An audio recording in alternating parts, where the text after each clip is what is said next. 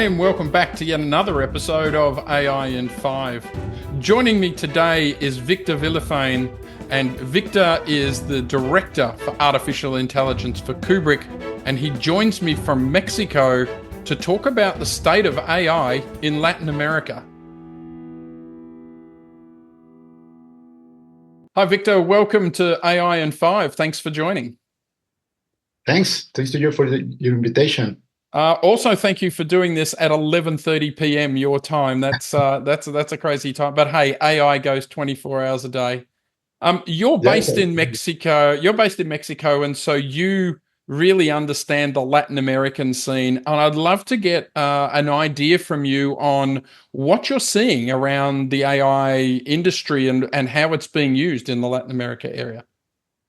yeah, absolutely. AI is revolutionizing industries across the globe, and also Latin America is not exception. So Mm. that's why here in Mexico, I think that, for example, the adoption for AI is easy, but so the principal problems that we have in Latin America is that, for example, we have a growing demand, for example, in this part because any company wants to have the best talent. So that means, for example, that here in Mexico, I think that a few persons have a few complete knowledge about artificial intelligence because, as you know, this technology appears like 2 years ago. And so with this OpenAI exposed this new technology. And so that means that everybody tried to learn, and also some persons try to teach. And so for that reason, it's very difficult in Latin America because the university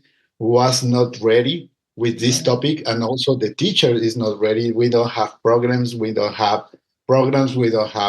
technology installed, we don't have this part of consider that we need to prepare, for example, the new generation with this knowledge. And so this is a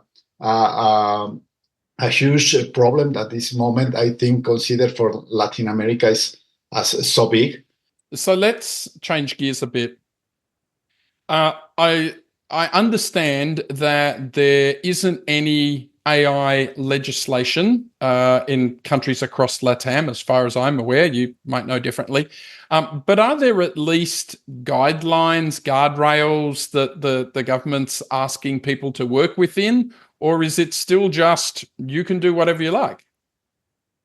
It's not like the obviously. So we have some restriction, but so that is because the system allow it. So, for example, but so at this moment we don't have any law that we have a prohibit, or how we have that stop any technology development here in Mexico. We are not talking about that. So we have another concerns.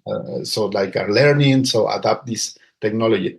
We don't have in this moment any ethical rule. We don't have any Any law? this Yeah. Okay. part or any law that we need to break. So And for the companies that you are seeing that are using generative AI, what types of things are they using it for? I know it's very early for Mexico and wider Latin America, but how are they using AI? What are you seeing?